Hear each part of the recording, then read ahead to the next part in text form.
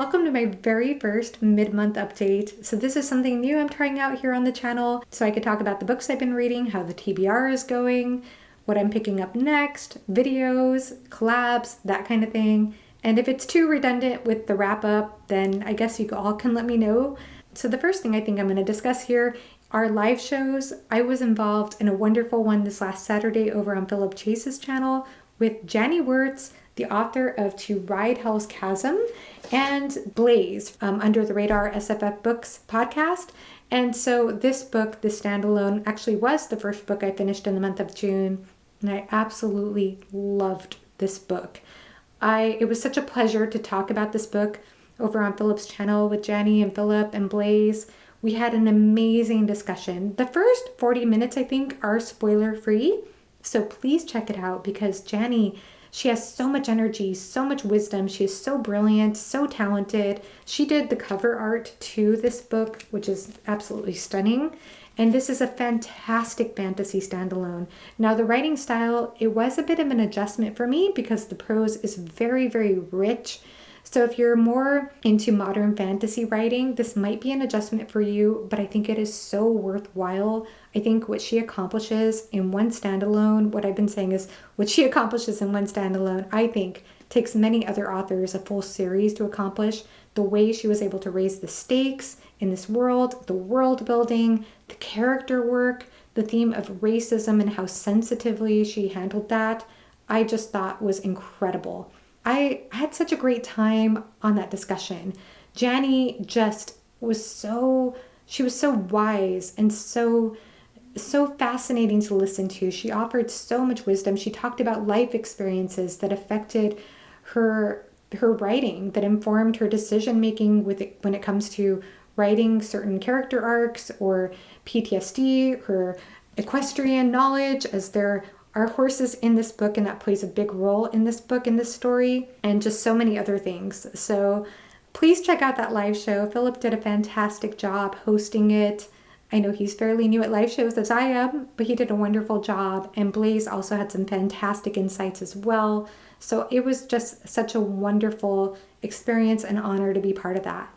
And so that actually wraps up the first book that I read in the month of June. But another live show was one on Steve Talks Books on Friday night.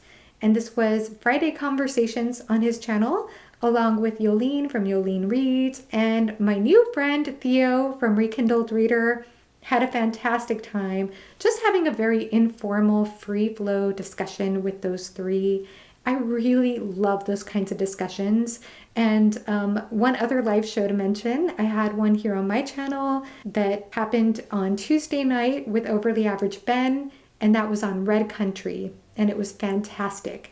I love hearing Ben's insights on books in general, but hearing his ideas on the British humor, as he does live in the UK, was so insightful for me, especially with Abercrombie's humor. And we had such a wonderful discussion on Grimdark, on how Abercrombie creates characters, what he accomplishes with themes and world building. It was just a fantastic discussion, and we kept that one spoiler free for quite a while too. I think for like 40 minutes or so. So definitely check that out. I just had a blast, and it was spoiler free, by the way, even if you haven't read the First Law trilogy. So if you want an idea of what we think of Abercrombie's writing so far and how we rank Red Country with all the other Abercrombie books, definitely check out that live show.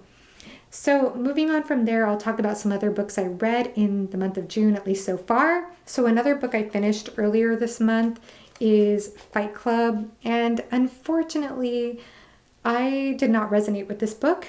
But I have to say that I really appreciate what the author did with the narrative structure. It's sort of introducing these little motifs here and there and sort of modulating them as the character spirals further and further out of control. This is about a character who absolutely hates himself, wants to die, and wants to bring everyone down with him. He's having a midlife crisis. He lives in a corporate job he hates. And his answer to that is to form a club with other men who meet in a basement once a week, and they fight each other until they've had enough, and they get out all their repressed anger, and everything just comes out through these fights and through Fight Club. And they sort of find some sort of inner fulfillment through this process.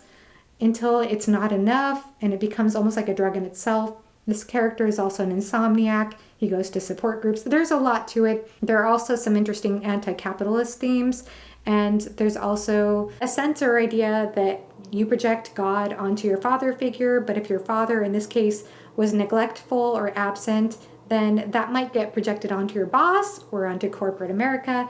And then maybe Fight Club is the antithesis to that, but also becomes a problem in itself eventually. I don't know. It's very weird. It's nauseating. It's uncomfortable. It's meant to be. It's not only that I can't relate to this character, it's that I just didn't really resonate with it. I appreciated, like I said, how he did it and the twist and how that was implemented. The problem I had with it too is that I saw the movie many years ago. I didn't really like the movie either, but the character that Brad Pitt plays, I feel like it was helpful to watch the movie because I was able to imagine Brad Pitt in that character's role when I was reading the book. And that helped a lot because otherwise, I don't think I would have bought that character as being very convincing or very charismatic, but because I had Brad Pitt in mind, and Brad Pitt is a fantastic actor, I felt like it was more believable how charismatic that actor was. But I really kind of have some negative associations with this. Now, I kind of think like toxic masculinity has sort of evolved or devolved in various ways over the years. So I think like whereas in the earlier part of the 20th century or earlier than that, it was more about showing off how tough and big and strong you are and bullying and that kind of thing. And then it turned into maybe guns and violence, and maybe it's always been that, I don't know. And then maybe that evolved into sort of being an edgelord or emo person, the kind of Blaine Hot Topic character, or Zane character, I should say, Hot Topic character that Alan is always making fun of.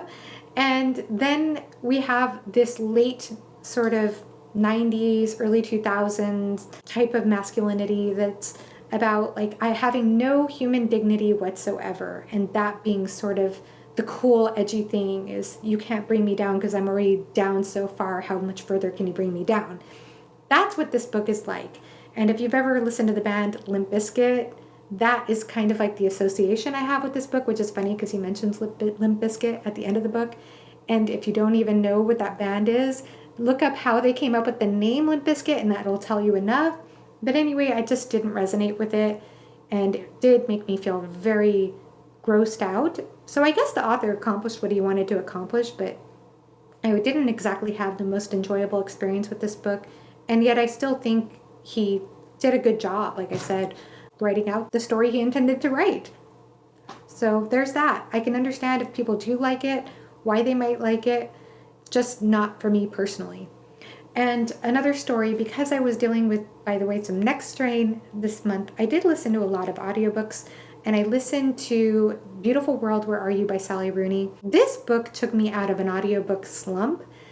It was fantastic. I picked this book up thanks to Brittany from Books with Brittany. It's about around the age of 30 people kind of struggling to figure out what relationships mean to them and what intimacy means, especially when marriage doesn't have the same societal meaning that it used to, and especially if you have kind of a more existential view of the world, and so how you construct meaning out of the world and out of relationships. And I really enjoyed how that played out.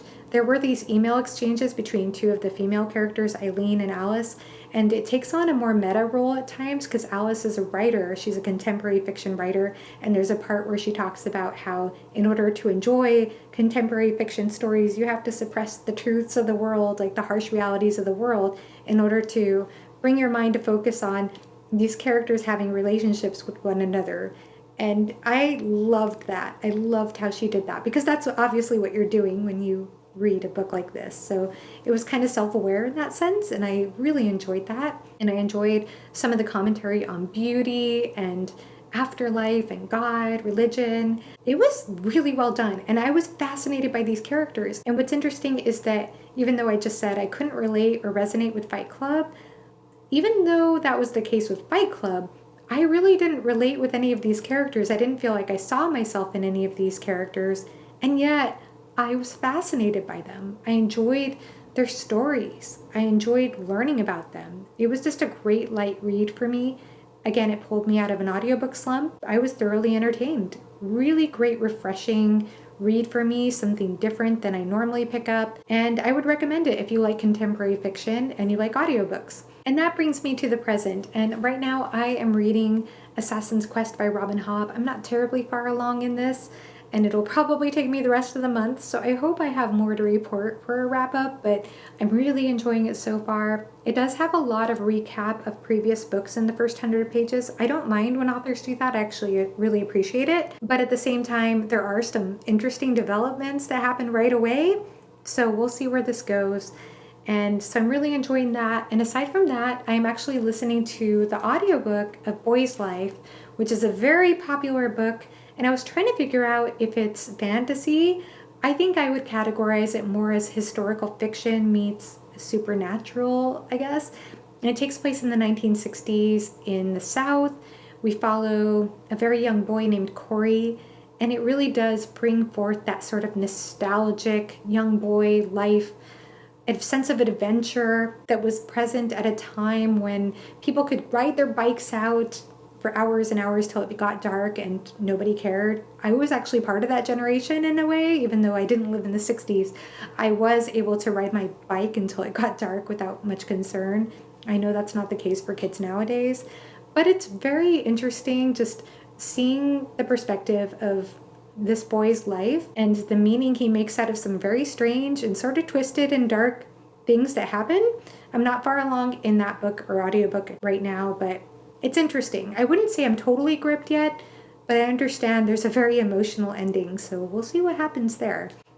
I did deal with some neck strain last week and some mild dizziness. That's just something I unfortunately struggle with, and I think the two are related to one another. I had a bad car accident many years ago, but something I think is going to really help with that is I got my prescription updated for my glasses. So now, I think I mentioned this in my Instagram stories, but these are my new lenses. I've had these frames actually for a while, but it's so nice to have these new lenses because they're supposed to specifically help with neck strain and with dizziness with some of the symptoms I have. So even though, like I said, I have those symptoms from a previous accident, having eye strain was definitely not helping. I think it was making things way worse. And so I am already feeling some relief with these new glasses, and I'm so excited about it. I try not to wear them in my videos because of the glare, but of course if I'm in longer videos, I do wear them because I don't want to strain my eyes if I'm looking at the camera or looking at the computer screen for a long period of time. These are my other lenses that are more for daily life. But I'm really excited about that, so that's kind of like a life update thing. Aside from that, I've also been playing Super Mario World with my husband on the Super Nintendo. My husband is a big-time video game player. He actually owns 2 Super Nintendos, and just for fun, we decided to play that game together, and it's been so much fun. It's been a fun way to bond and spend time together in the evenings, so I guess that takes away a little bit of my reading time. But it's a lot of fun to do that sometimes. The hard part about that for me is that I get music stuck in my head sometimes. So playing a video game sometimes works against my reading life because I'll get video game soundtracks very stuck in my head. And then I'm trying to read a book like Assassin's Quest, and then I can't get the song out of my head.